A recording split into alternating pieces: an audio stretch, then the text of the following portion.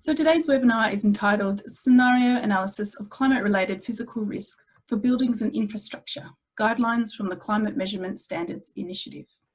I'd like to begin by acknowledging the traditional custodians of the lands on which all of us work and live, and recognise their continuing connection to land, water and community. I recognise the lessons they can teach us about how to better manage and care for our lands, oceans and unique species, and the vast knowledge that they can provide on the interconnectedness of our ecosystems and communities. I pay respects to their elders, past, present and emerging. In today's webinar, we have three presenters, and our first speaker will be Sharanjit Paddam. Sharanjit is Head of ESG Risk at QEB Insurance Group, where his responsibilities include reporting on climate-related risks and opportunities. He's co-chair of the Technical Working Group within the Australian Sustainable Finance Initiative and leads the Secretariat for this Climate Measurement Standards Initiative. After Sharanjit, we'll be passing over to Michael Grose, who is a research scientist at the CSIRO, working on regional climate change processes, attributions and projections. Michael has a strong interest in climate change research and communications on topics with impact. Michael leads the Earth Systems and Climate Change Hub Regional Climate Change Projections Research Project and is an author of the CMSI Science Guidelines.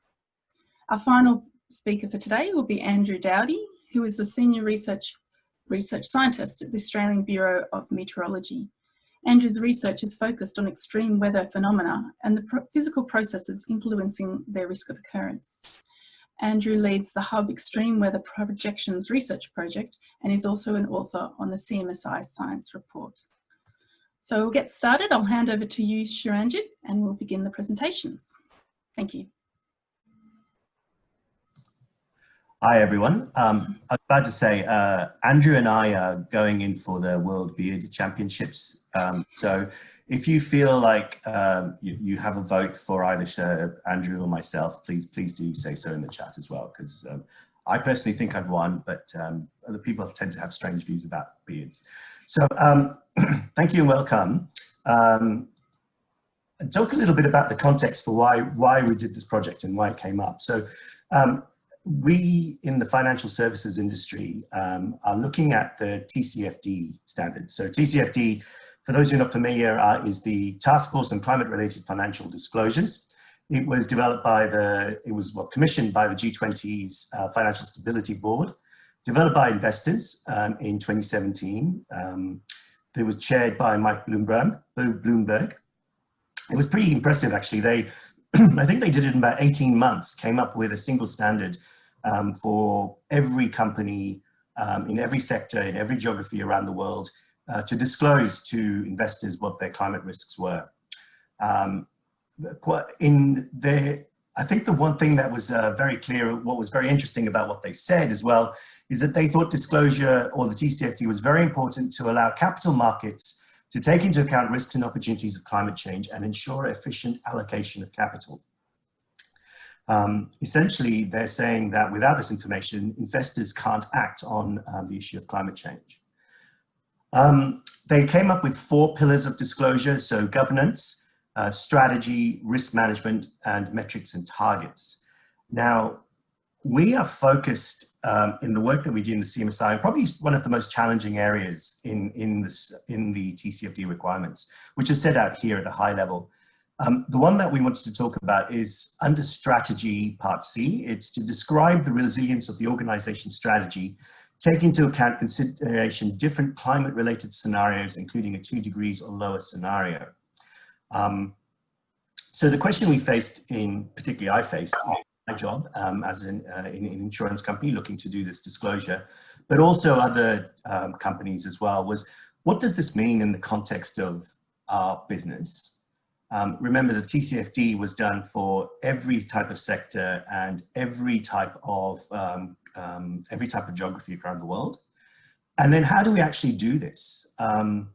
One of the things we were very interested in is how do we do this in a way that gives confidence that we've got to our investors when they look at these results, that we're actually using reliable information so that they can have confidence in what we're saying.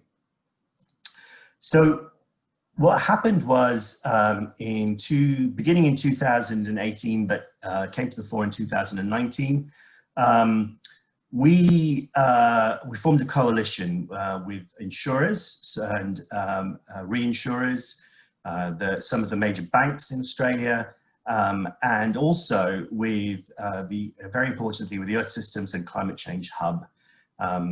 Now, what we focused on is instead of trying to solve this problem for all the things, we were trying to solve it just for physical risk, and I'll come to that in a second.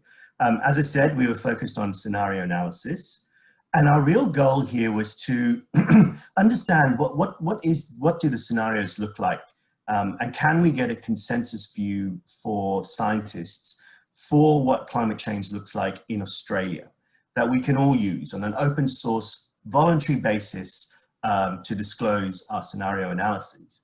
This should help build confidence so that different investors can look at different companies and say, okay, I understand you're all using the same kind of science, so let me understand what the impact is on your business and not worry about the science part of this, but then focus on what it's doing for your strategy. Now, we were very particular in our scope, and I would really want to outline this. We're only looking at physical risk, so that's damage to changes caused by climate change to things like acute hazards, which are cyclones, east coast lows, those types of sudden weather phenomena, but also chronic phenomena over time where we see gradual changes in the climate. We weren't able to do all of the physical risks. We do need to do a little bit more work.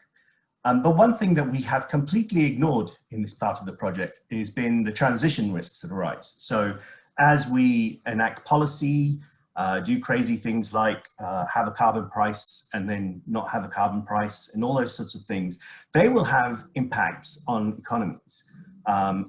They will, as we transition to a net zero economy to meet the Paris Agreement requirements, we'd expect quite a lot of economic disruption.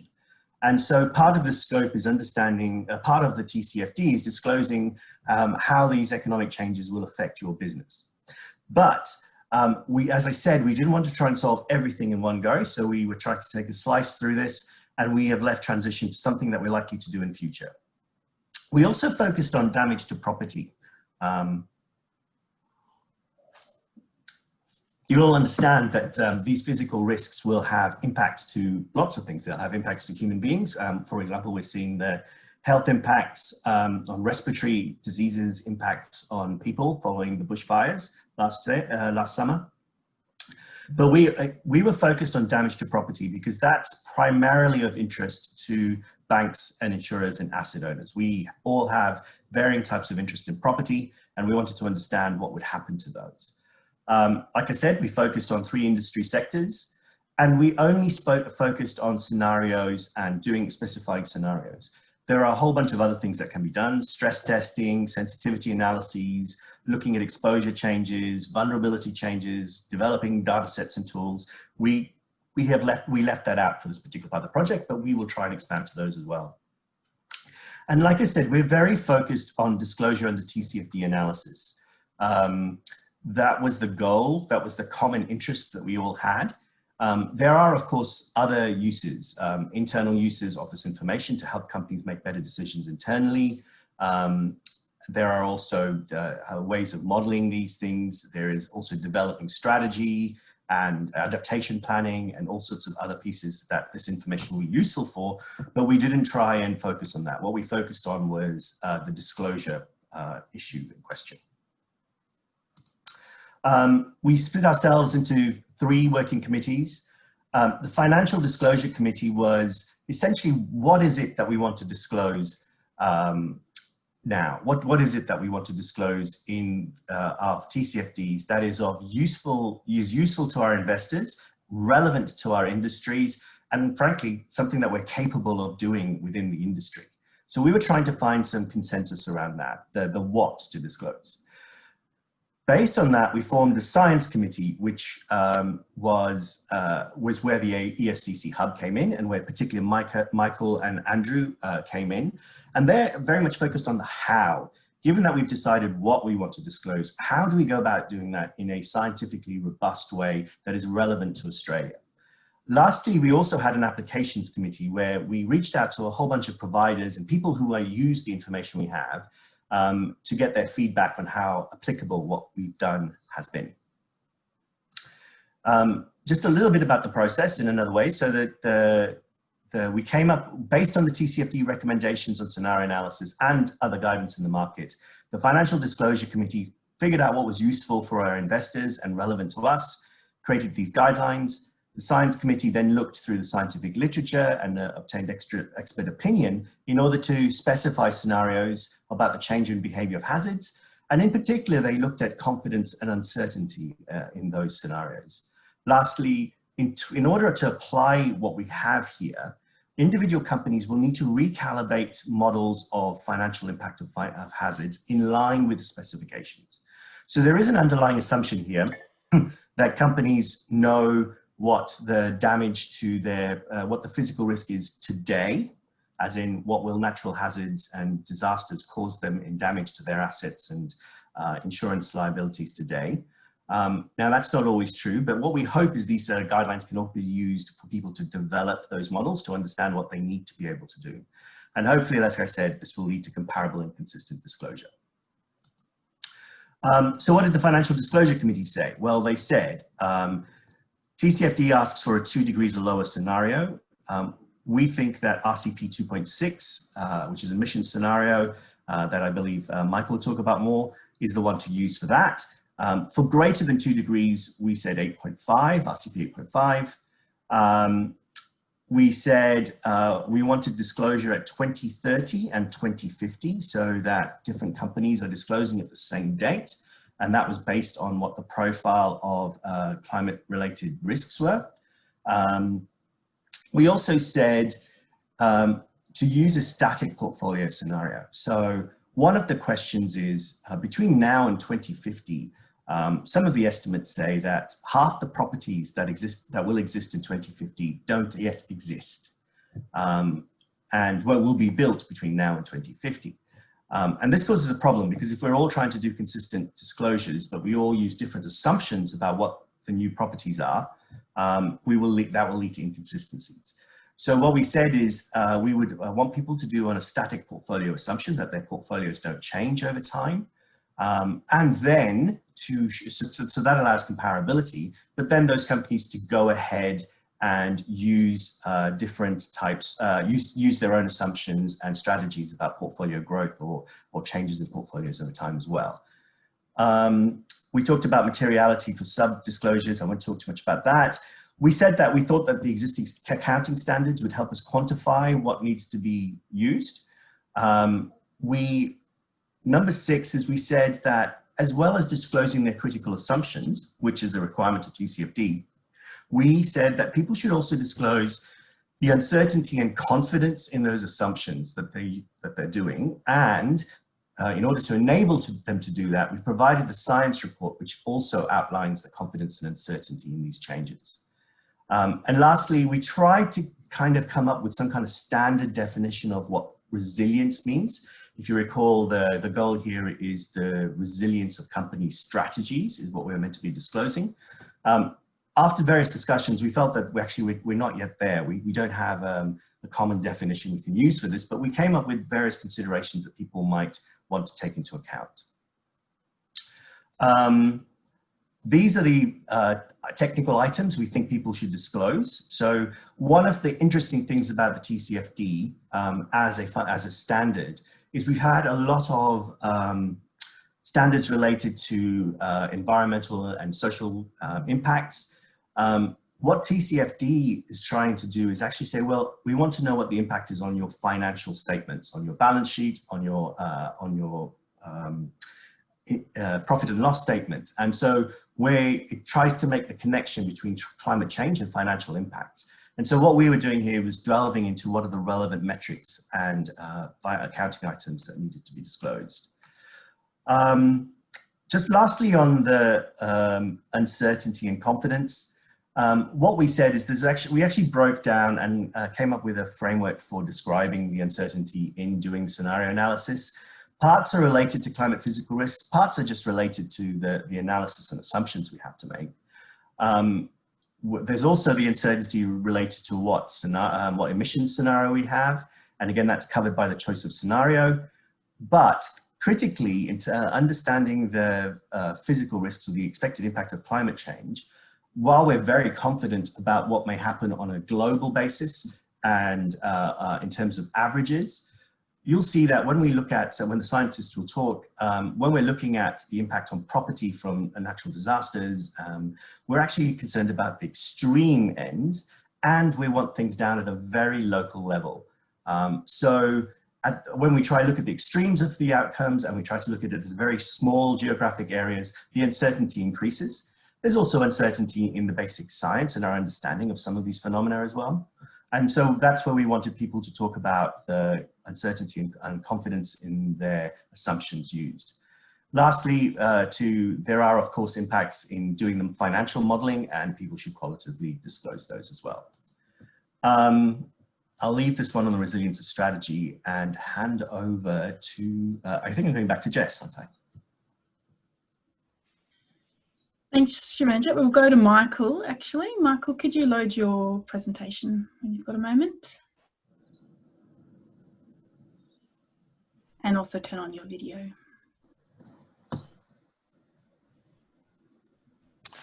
How does that look? Fabulous.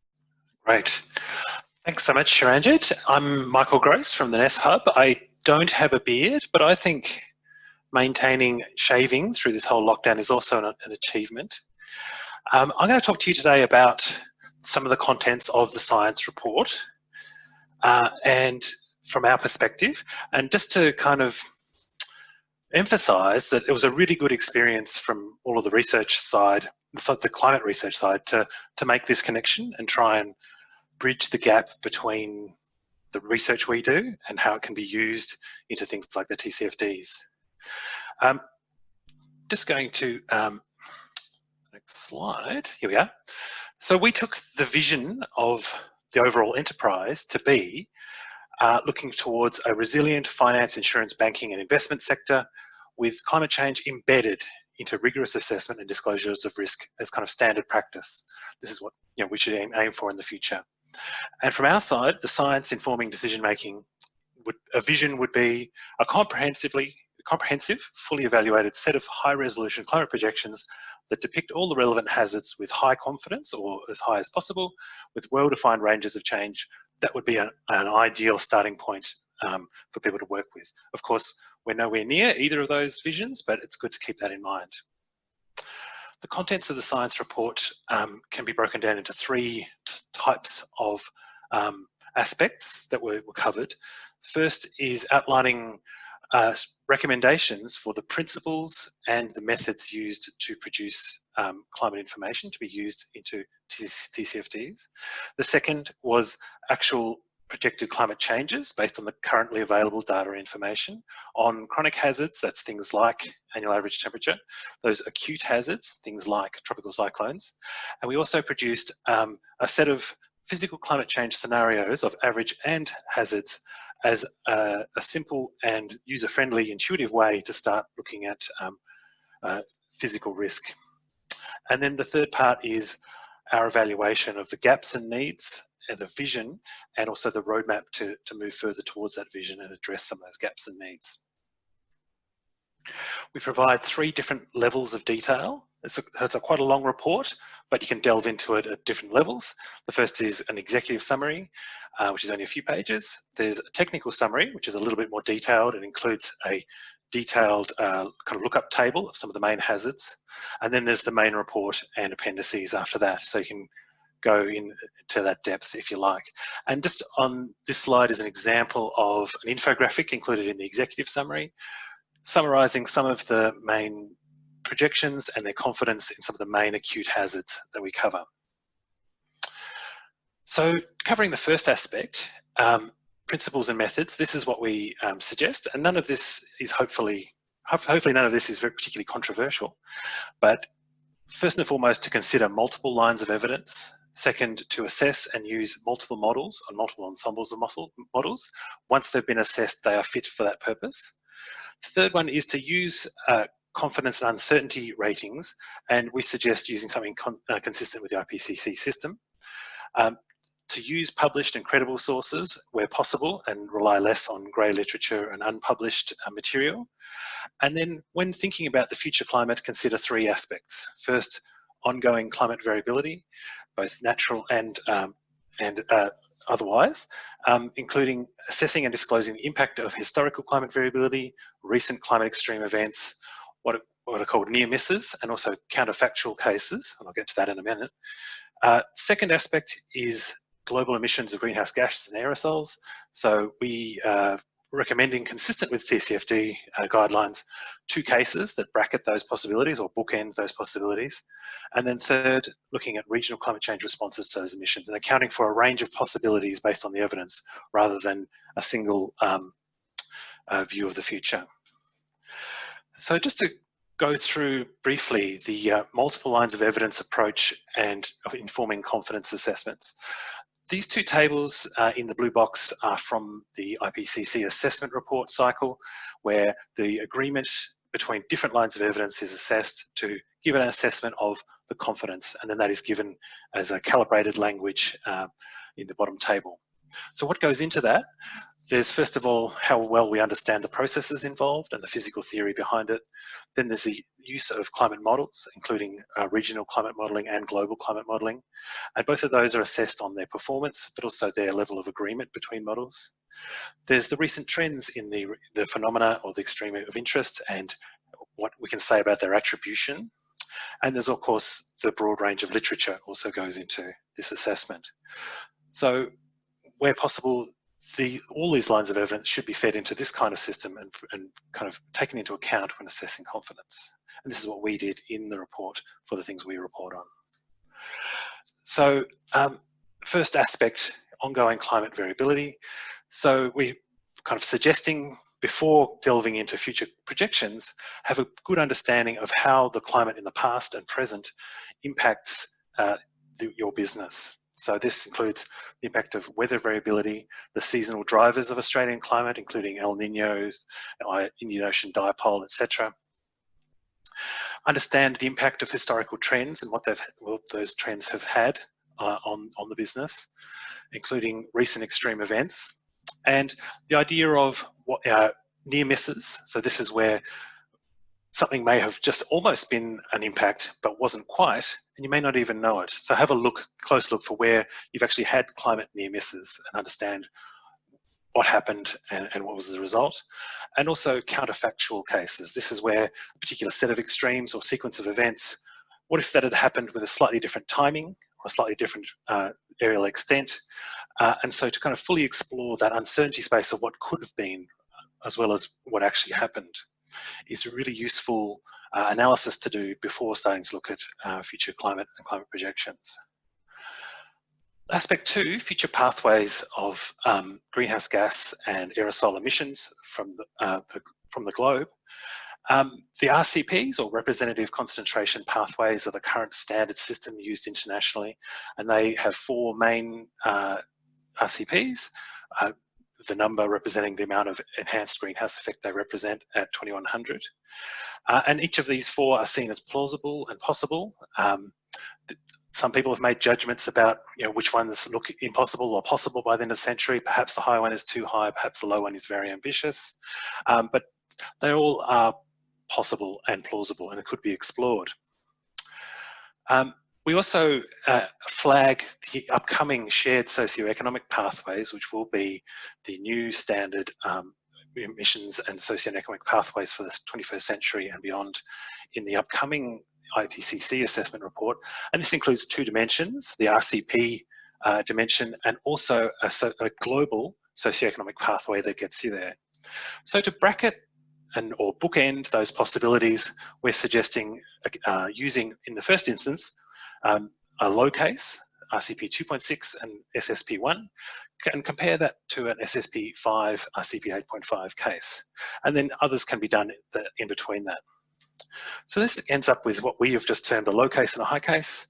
The RCPs, 2.6 and 8.5, SSPs are 1 and 5, and the the projected global warming relative to the early baseline, which is the kind of where the framing of things like the Paris Agreement are listed there. Much greater warming by the end of the century under the high case, of course. And just to frame up physical versus transition risk, you can kind of see they kind of the reverse. Under a low case, transition risk is much higher. There'll be a lot of, sorry, not risk, challenges. And physical risk is lower, definitely not low or definitely not zero. And under the high case, transition risks are lower, have lower challenges, but physical risk have much higher challenges. And framing that in terms of these global warming targets, under the Paris Agreement targets, 2/3 chance under the low and certainly exceeded under the high, and more like 4 to 5 degrees of global warming since that early industrial period. We also present these high cases and low cases as a narrative, if you prefer to look at it as a kind of a text description with a general description. I won't read those out, but just to kind of flag that they are there. And so what does that look like in our kind of usual kind of plots of projections? This is an example of Australian average annual temperature in the past, in observations, and modelled and moving into the future. And you can see a few things in this plot where they start to diverge in the kind of 2030, 2040 or so, but by the end of the century, they are very much separated. And a couple of other things to note on this plot: the climate has already changed. Annual temperature has already experienced emergence in Australia. That means every year is warmer than the natural range it would have been without climate change. Last year, 2019, Australia's hottest year on record, was consistent with what the world would look like if it was at a 1.5 degree world. So if we get many more years like that, then that's kind of what you can expect as a new normal at 1.5 degrees. Ongoing variability, but the next 20 years is virtually certain to be hotter than the last 20, and the global emissions very much determine our future pathway beyond the next couple of decades. We present results for 20-year periods centred on 2030, 2050, 2090 for the low and high case. We present broad picture projections for 4 regions, and they're shown in the map to the right there. This is consistent with the climate change in Australia national projections, and they're also broadly consistent with the 4 new IPCC reference regions, which are shown in the bottom right there, which align with those regions quite closely. So that comparability will be useful. When we give projected changes where appropriate, but it should be noted that to apply these for risk assessment, we also need to then have detailed data sets and exposure and vulnerability data and information to apply these standardised or projections to actually look at impacts and so on. So projections are reported in one of 3 ways: the actual range of change from climate models where that's appropriate, for example, the degree of warming under each scenario and timeframe. Expert judgment using best available evidence to derive a best estimate and likely range, usually given as round numbers. So for example, hourly rainfall intensity, drawing on the range of different modelling out there and lines of evidence to present that. And where confidence is very low, maybe qualitative information where, for example, the expansion of the tropical cyclone range is likely to move poleward. And so chronic hazards, we've got temperature, rainfall, sea level, time in drought, with ranges and confidence ranges given. And we also, as I mentioned earlier, presented this simple system to start looking in, starting your journey into looking at climate projections and what they mean, where we presented, for the low case, 2 representative scenarios of change, and for the high case 2 as well, making a 2x2 matrix, where on one hand, the low case has high transition risks, lower physical risks, and then depending on the degree of climate change in response to that, we have either lesser or greater kind of what could be called maybe a threat multiplier, a kind of a risk multiplier. And on the other case, the high case, again, depending on the response, we have more or less response. And this can be tied to some of these ranges of change in the extremes as well. So, of course, extremes have a lot of impact on our economy and our society, and that's a big focus of the report. So now I'm going to hand over to Andrew to cover the detailed look at climate extremes and hazards that we covered. Thanks, Andrew. Thanks, Michael. I'll be describing the information provided on the more extreme hazards, including projections for bushfires, east coast lows, tropical cyclones, severe thunderstorms, extreme rainfall, hail and floods. Information on these hazards was provided at different levels in the CMSI report, including a big picture level of information in the executive summary, a handy table in this technical summary with projections of change quantified where possible for each hazard, as well as a more detailed level of information in the report body that documents the various different lines of evidence that were considered for the projections. Stakeholders were surveyed for this project to find out what their highest priorities were, and a lot of those consisted of the acute hazards and how they're projected to change, such as shown here in the infographic from the executive summary. So I'm just going to cover some of these individual hazards in the following slides. So looking at fire weather, there are many climate studies published on this using various different fire weather indices. So fire weather indices provide a consistent way of combining a range of different weather conditions that are known to influence fire behaviour, such as wind, humidity, temperature, rainfall. And although no single index is perfect, they can be useful for some applications and are interpreted here in providing general climatological guidance on some fire weather risk factors. So the figure shown here is for the Forest Fire Danger Index, FFDI, showing clear increases in a warmer world. This provides some evidence for an increasing number of days with dangerous fire weather conditions for bushfires. This is consistent with 3 different modelling approaches shown here, as well as consistent between 2 different measures of extremes, for FFDI greater than 25, as well as for FFDI greater than its 95th percentile, which provides a bit of local perspective on the extremes. However, there are some studies using other fire weather indices, such as the FWI, that show relatively small changes or no changes at all for some regions in the future. And there's also some other studies that show decreased risk factors in parts of Australia, such as for the C. Haynes Index in Eastern Australia. So we've considered a balance of evidence based on different fire weather studies for Australia, and the values in the CMSI report reflecting that balance. The projected changes we've listed are about 20% per degree of warming for the number of days with dangerous weather conditions for bushfires, and somewhat lower values in parts of Eastern Australia. And we give a plausible change range as well, based on the 10th to 90th percentile estimates, considering the range of available evidence. The values are intended to represent extremes from about the 95th percentile up to return periods of a few years.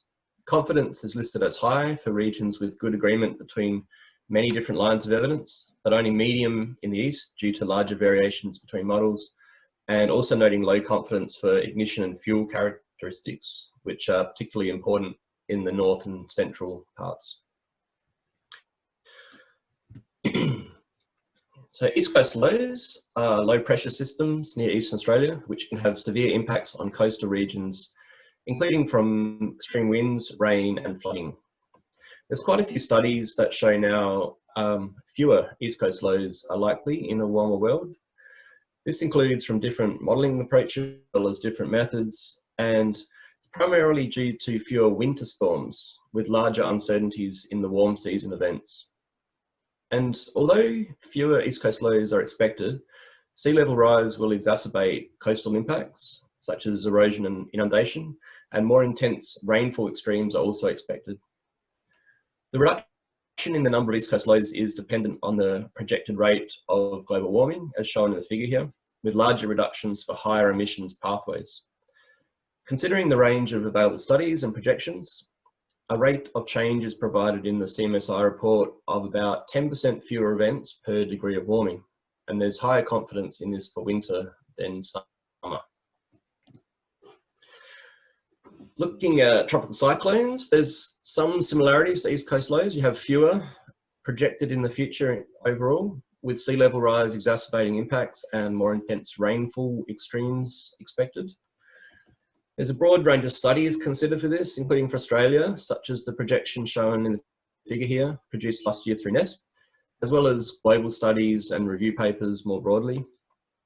And stakeholders in this sector had a very strong interest in the number of Category 4 and 5 tropical cyclones, with the balance of evidence for that suggesting an increase in the numbers would be more likely than a decrease. And they also had an interest in tropical cyclone latitude range, which the studies in general tend to imply either little change or a small poleward expansion in the Australian region, but with low confidence around some of these regional details. More intense rainfall is very likely in a warmer belt. Multiple lines of evidence, including observations, modelling, physical process understanding. However, there's considerable uncertainties around the magnitude of increase that could occur. Somewhat larger changes are given in the CMSI report for hourly extremes rather than the daily extremes. In relation to flooding, an increase in some risk factors is likely, including short duration flash floods, given the projected increase in short duration rainfall extremes. Coastal flooding is also likely to increase, including when considering the influence of sea level rise, but there's low confidence in projections for other types of floods, including the larger floods in general. There's also large uncertainties around projected changes in hail for the future. And when you look at the observed data, there's quite limited observations that are not very homogeneous over time or space through Australia. And that makes looking at the observed trends difficult as well as looking at the projected future trends. We have some recent research to help quantify the mean climatology at the moment, so the average chance of hail. And looking at the figure here, this is based on radar observations for various regions around Australia, which is similar to some other previous studies that have been done on this for Brisbane and Sydney, but in this case also covering a range of other capital cities around Australia. So although we have some insight into the current climate of hail, looking at the future is highly uncertain, and the available modelling suggests some potential for an increase in parts of Australia, such as Eastern Australia, but there's large uncertainties around this. The CMSI report also provided details on gaps and needs for climate hazards and projections in Australia. This included aspects such as some data sets not being available for public or commercial use or being difficult to use, improved understanding of physical processes, and more assessment of current simulations as well as future changes for hazards. Compound events was one topic that was highlighted by stakeholders and researchers as being a current gap where more research would be beneficial. And nationally consistent fine resolution projections is one way of addressing a lot of the outstanding needs. A roadmap was provided in the CMSI report that covered near-term actions as well as longer-term actions. This included things like collecting feedback on the current report and then updating information as more new science becomes available, compiling and checking observations of hazards and extremes that we currently have, evaluating present-day simulations of extreme climate hazards, and analysis of more extreme future climate hazards, compound events highlighted again. One way of addressing some of these gaps and needs was the Cordex CMIP6 regional projections, which are planned, hopefully, to come soon. And these set of fine scale downscaling may help address some of these uncertainties around the extremes and hazards relevant for the stakeholder needs identified here. And then improved climate services is also a key near-term need to help up the uptake of the projections data and understanding. In the longer term, improved observed data for climate hazards would be a key goal, as well as improved understanding and modelling of extreme climatic hazards, and then once again the future changes in compound events would be something to improve. So thanks for that. There's some contact details there if you would like more information, and I'll pass back to Sonia. Thanks. Thanks a lot to our three presenters for your presentations. So we have had quite a few discussions and engagements and questions come through on the chat line. So thank you very much for that. Keep sending them through and we'll try to get through as many as we can.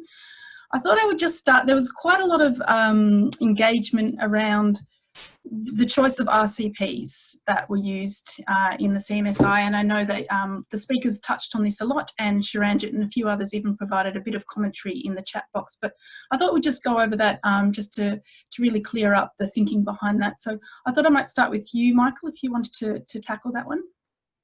Sure. I mean, I guess I covered it in somewhat, but yeah, it was a big topic of discussion and debate with some strong positions made and some strong counters made. But yeah, the RCPs are all considered possible. So to bracket or bookend the possibilities as a starting point was kind of what we supported in the end. And also that makes it consistent with the international TCFD guidelines. A scenario that's roughly equivalent to reaching 2 degrees of global warming since that early industrial period, and one that far exceeds it. Nothing stopping other people looking at the other RCPs. They're in between, of course.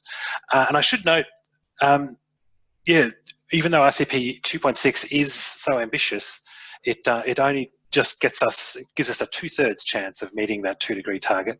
And to meet the even more ambitious target of 1.5 degrees of global warming since that early industrial period, we'd need something like an experimental 1.9 scenario, which is kind of being used somewhat now. So it's not considered to be impossible.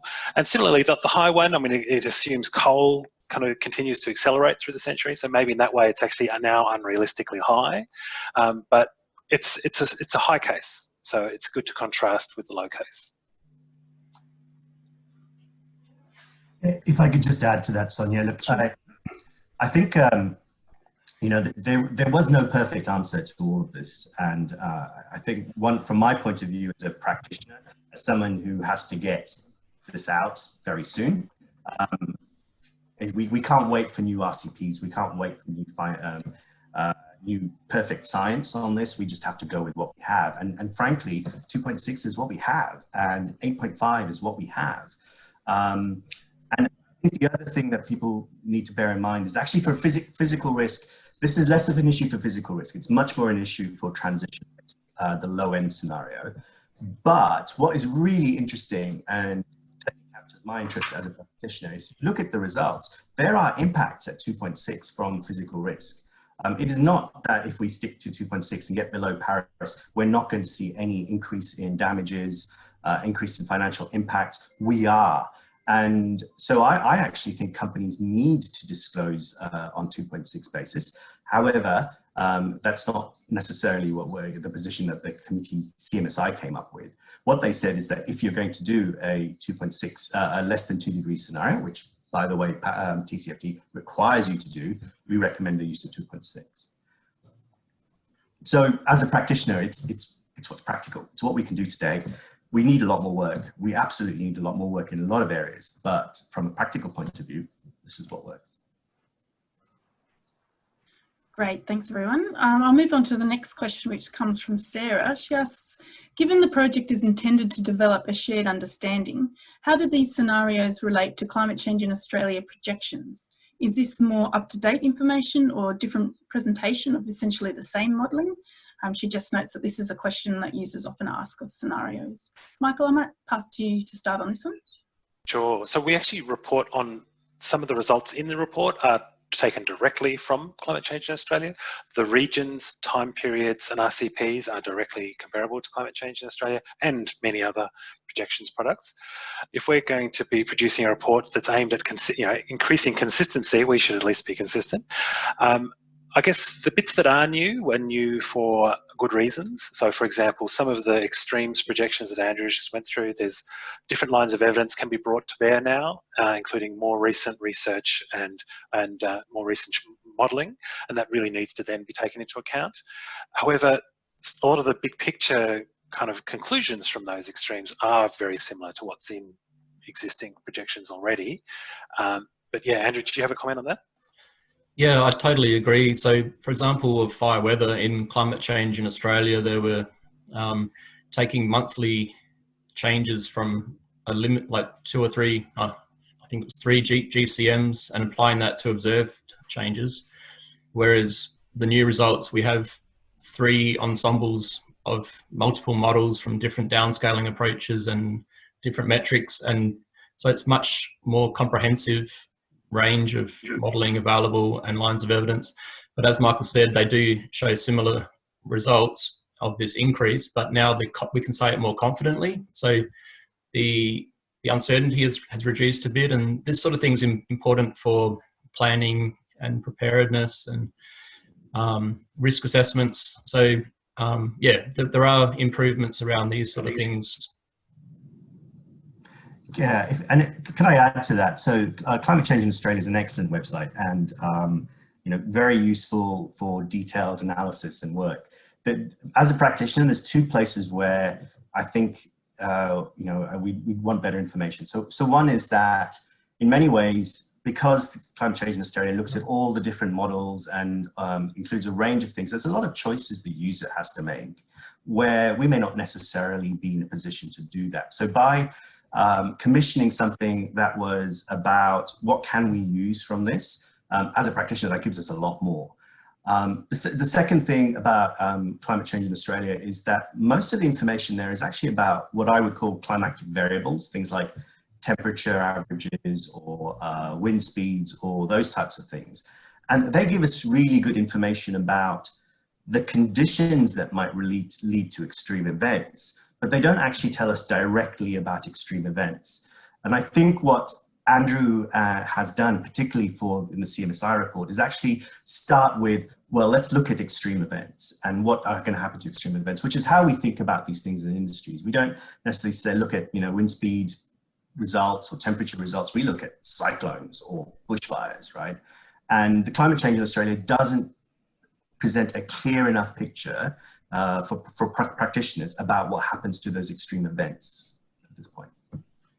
I guess the Climate Change in Australia report was 5 years ago, but there's also a website where information and data are there, and that's continually being updated as new information comes available.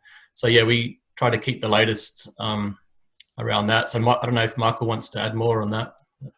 I think that's pretty good. Just try and get to some more questions, I reckon. It sounds like there's more. Yeah, sure. We've got heaps more.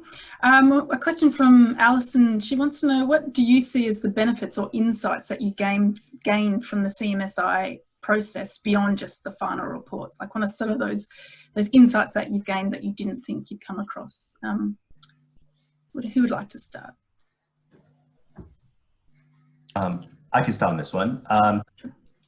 Look, I have to say it's one of the most fun things I've ever done in my career. Like, there was a lot of excitement. I mean, we had these meetings with practitioners who are trying to do this, trying to understand financial impacts, trying to decide strategy in companies like myself, all the way to experts in particular types of hazards in a particular room. We had commercial companies in there who produce commercial models.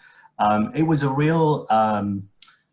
really interesting exercise from you know, actually making science work in practice. And I think we did really well at that. I think we managed to find a common language, a common understanding of exactly how the science interfaces with the work.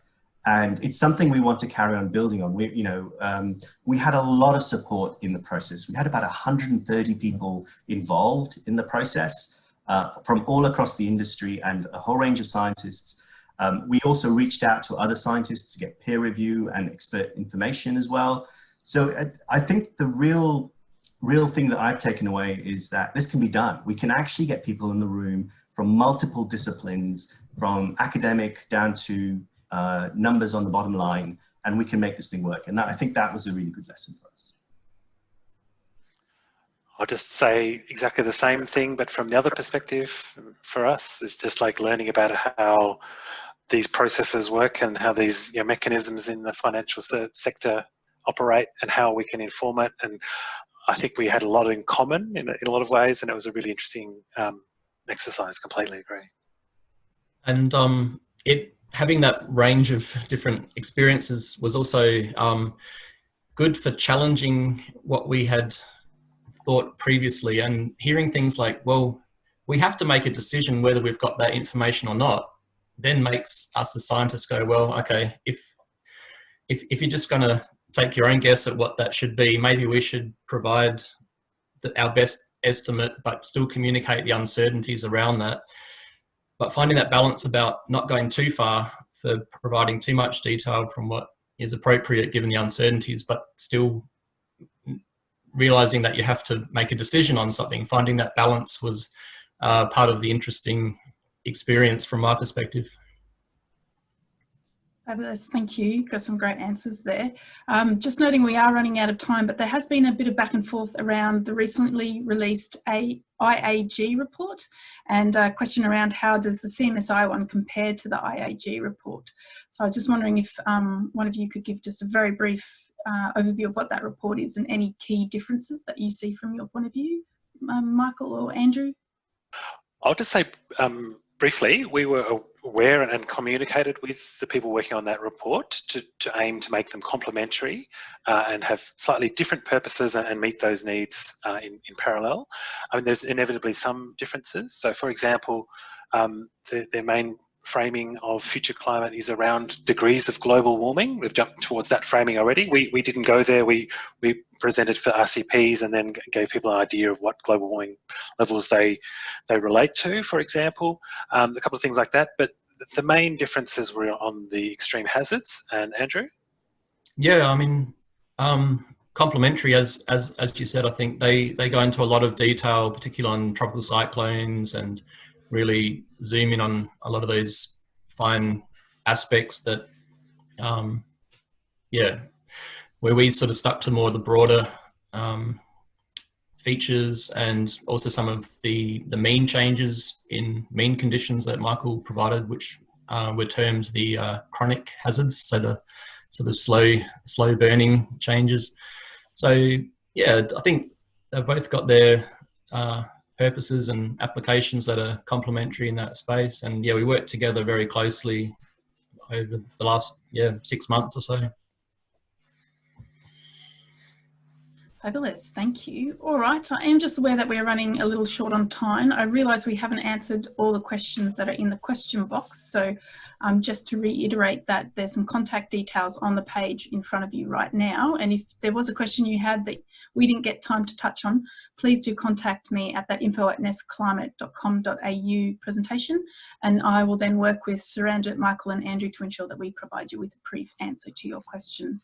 So please do that if you have a burning question you'd like answered. But on that note, I'd just like to thank both our three presenters. Thank you for a fabulous webinar, and to all our attendees for your time and some great engagement and questions and discussions in the chat box. It was really great to see that. Just a reminder that a recording of today's webinar will be provided on the Hub's webinar by the end of the week, and a link provided to everyone who registered for the webinar. And just a quick plug to look out for our next Systems and Climate Change Science Hub webinar, which will be held in the middle of October, and it'll be looking at how climate change information has been and can be used to inform climate change adaptation and management planning in the Gondwana rainforests of the World Heritage Area. So on that note, I'll say thank you once again for attending, and we look forward to seeing you at the next Systems and Climate Change Hub Science webinar. Thank you.